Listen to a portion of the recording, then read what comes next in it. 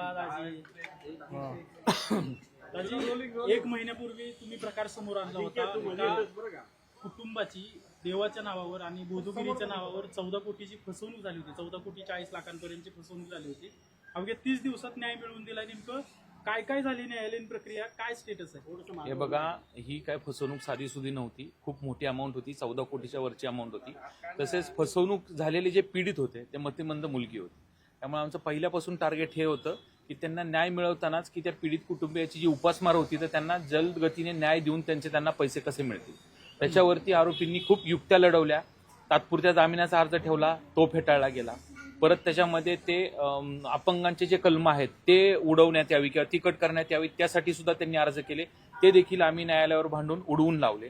सरते शेवटी त्यांना काल रोजी त्यांनी तिघांनी मिळून आम्ही 14 कोटी रुपये कोर्टामध्ये फिर्यादीला देतो, आम्हाला 30 दिवसांचा तात्पुरता जामीन द्या असं त्यांनी काल कोर्टाला कळवलेलं आहे. त्याच्यावरती आज सुनावणी होणार आहे. दुपारी त्याच्यामध्ये सुनावणी ठेवलेली आहे. त्यांनी कबूल केली का आम्ही जेवढे पैसे घेतले तेवढे परत देतो, किती दिवसात देतो? ना कबूल करण्याचा प्रश्नच येत नाही, कारण हे सगळा जो आहे हा transaction white bank to bank झालेला व्यवहार आहे. त्यामुळे त्यांना ते कबूल करण्याशिवाय दुसरा पर्यायच नव्हता. त्यांनी सांगितलेलं आहे की ही रक्कम आम्हाला मिळालेली आहे आणि आम्ही मिळालेली रक्कम ही फिर्यादीला देणार आहोत. तुम्ही आज दत्त जयंती, तुम्ही शंकर महाराज भक्त आहे. बोधुगिरीकडून तुमची फसवणूक मोठी झाली होती. खरं तर मोठी रक्कम तुमची अडकलेली होती, ती आज देण्याची कबूल केली सदर आरोपींनी. काय तुमच्या भावना आहेत? सर, जेव्हा आम्ही आलो सरांकडे तर मेन गोष्ट आमची आणि अजूनही तोच इश्यू आहे की आमच्या मुलींचं संगोपन कसं व्हावं. तुम्हाला सगळ्यांना माहिती आहे की आम्हाला एका फॅमिलीने किंवा त्यांनी आम्हाला किती गड्ड्यात टाकलं होतं. आता या मुलींचं संगोपन करायचं कसं हा आमच्या पुढे विषय होता. काल जेव्हा न्यायालयामधनं न्यायदेवताला मी नमस्कार करतो, सरांची खूप मदत झाली. बाकीच्या मंडळींची, सरकारी मंडळींची, पोलिसांची, पब्लिक प्रॉसिक्युटरची खूप मदत झाली.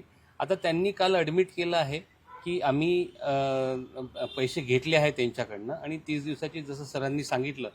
तर यामध्ये सर थोडा चांगलं आशेचं किरण दिसतं आहे. आम्हाला चांगलं वाटतंय की यामधनं मार्ग मिळतो आहे आणि त्यामध्ये थोडं पॉझिटिव्ह होईल एवढी आशा आहे.